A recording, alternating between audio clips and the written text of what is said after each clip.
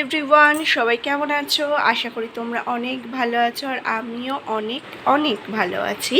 তো দেখো, আজকে সকাল সকাল উঠে পড়েছি। উঠে সব কাজ কর্ম সব কমপ্লিট করে ফেলেছি। এখানে ঘর ঝাড় দেওয়া, ঘর মোছা, সব কিছু, বিছানা তোলা, সব কিছু কমপ্লিট। কেন বলো তো? আজকে আমি ওই বাড়িতে যাব। ওই বাড়ি মানে মামার বাড়িতে। বিয়ের পর এইটা হচ্ছে প্রথম মামার বাড়ি যাব। আর হচ্ছে লোকের যেমন মানে অন্যান্য মেয়েদের যেমনটা হয় যে বাপের বাড়ি যাওয়ার একটা এক্সাইটমেন্ট কাজ করে, বাপের বাড়ি যাব বিশাল একটা ব্যাপার। তো আমার না মামার বাড়ি যাওয়ার ভীষণ এক্সাইটমেন্ট কাজ করে। তার কারণ হচ্ছে আমি ছোটোবেলা থেকে মানে একদম ছোট, যখন 1 বছর 10 মাস যখন আমার বয়স, আমি তখন থেকে মামার বাড়িতে থাকি। একদম পুরো আমার পড়াশুনো জীবন, বন্ধু বান্ধব সব কিছু ওখানে। সুতরাং বিয়ের পর এই প্রথম মামার বাড়ি যাব। সেই এক্সাইটমেন্টে আমার রাতের বেলা ভালোভাবে ঘুম হয়নি। তাড়াতাড়ি উঠে পড়ে সব কাজকর্ম কমপ্লিট করে ফেলেছি। ইনফ্যাক্ট দুপুরের রান্না বান্না সব তাড়াতাড়ি করে নেব। মানে আমি তো আর করবো না, মা করবে, আমি একটু হেল্প করব কাটাকুটি করে। তো সব কিছু করে কমপ্লিট করে বিকেলবেলা বার হব। আজকে রাতেরবেলার খাওয়া দাওয়া সব ওখানেই হবে। মামি বলেছে যে ওখানেই আর কি খাওয়া দাওয়াটা করতে। তো তোমরা ভিডিওটা স্কিপ না করে দেখতে থাকো। আর ভিডিও ভালো লাগলে অবশ্যই লাইক কমেন্ট করো, সাবস্ক্রাইব করে আমার পাশে থেকো। তো চলো তাড়াতাড়ি ফটফট করে সব কাজকর্ম। এই যে দেখো, তোমাদের দাদা ভাই আমার একটা দেওর সম্পর্কে হয়। তো তাদের হচ্ছে একটা ঘের আছে।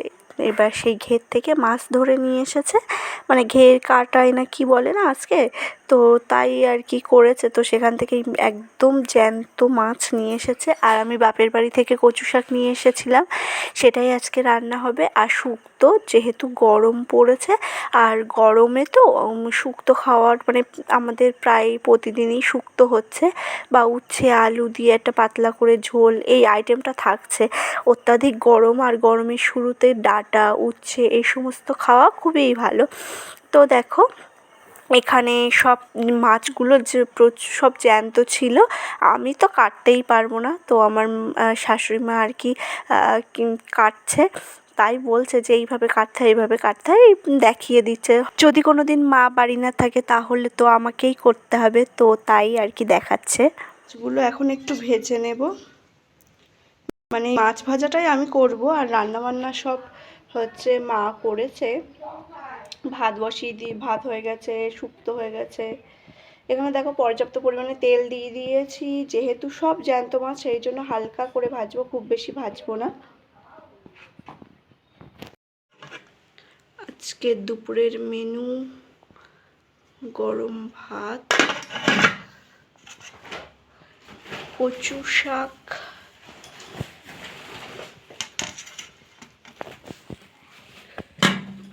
শুক্তো, মাছের ঝোল। এখানে দেখো আমি একদম রেডি হয়ে গিয়েছি, আর হচ্ছে তোমাদের দাদাভাইও রেডি হয়ে গিয়েছে। আমরা যাব, কিছুক্ষণ থেকে আবার চলে আসব।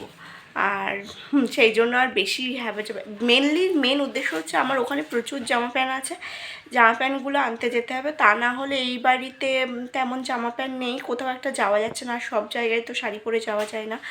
তো সেই জন্যই যাওয়া, সেই উদ্দেশ্যেই। আর একটু ঘুরেও আসবো। আর এই যে ওখানে একটা মন্দির আছে, সেই মন্দিরের জন্য শাড়ি, আলতা, সিঁদুর নেওয়া হয়েছে, ওখানে গিয়ে দেবো। আর মিষ্টিটা ওখান থেকে কিনেই দেবো। তো চলো যাওয়া যাক। তোমাদের দাদাভাই গাড়ি তো বার করাই ছিল আগে থেকে। তো আর কি এই মানে আগে ওই যে বললাম না যে একটা দেওর সম্পর্কে হয়, তার সাথে কাটাই গিয়েছিল, তো সেই জন্য গাড়ি বার করাই ছিল। আর এখানে দেখো, আমি হাসনাবাদে যাওয়ার আগে একটু মিষ্টি নিয়ে নিলাম। ছোটদিদা আছে, ছোটদিদার বাড়ির জন্য, তারপরে মামার বাড়ির জন্য, আর মন্দিরে যাব সেই মন্দিরের জন্য। এখানে টাকি চলে এসেছি, আর কিছুক্ষণের মধ্যেই মামার বাড়ি চলে যাব।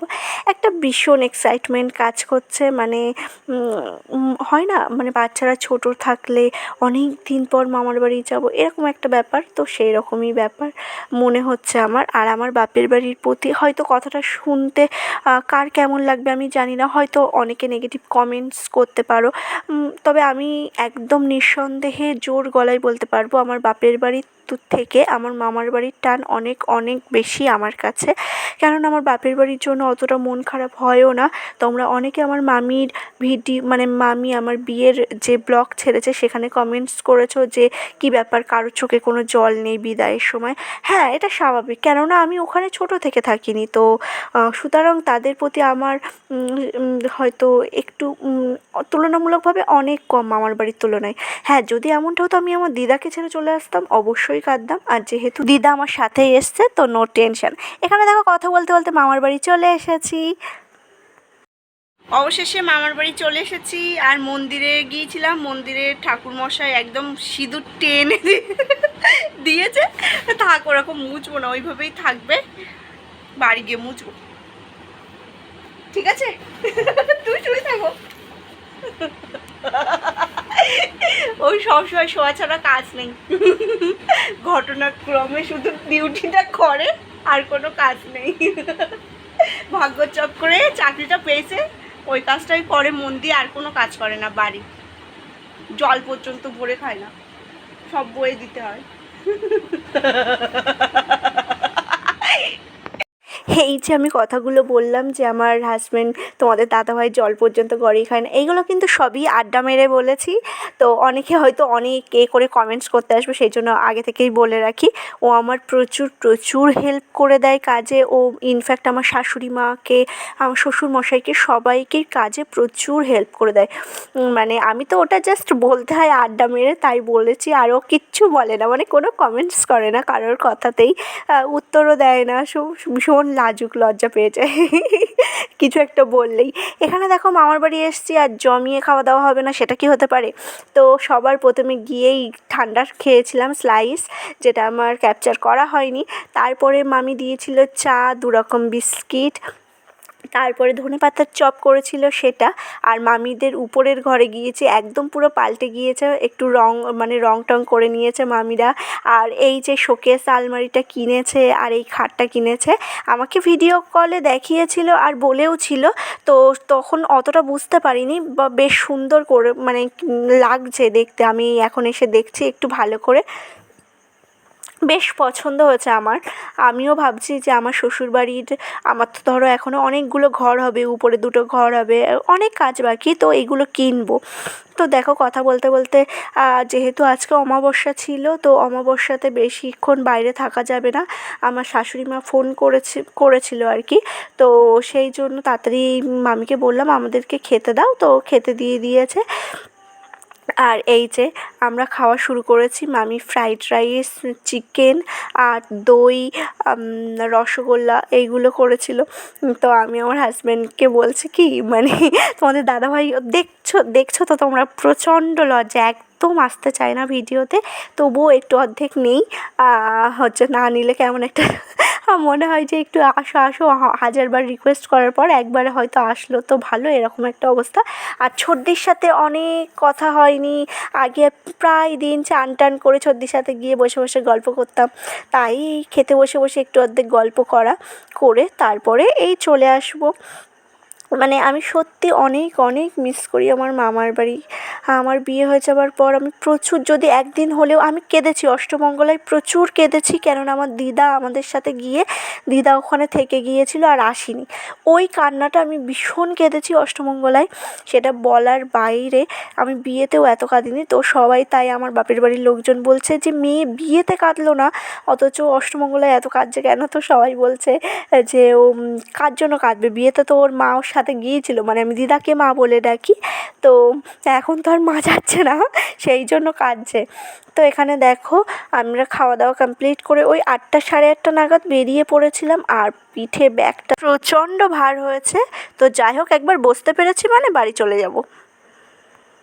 এই যে এক্ষুনি বাড়ি আসলাম, বাবা মাজা ব্যথা হয়ে গিয়েছে, মানে এত ভার তো, আর সেই পিঠে ছিল, মাজা ব্যথা হয়ে গিয়েছে,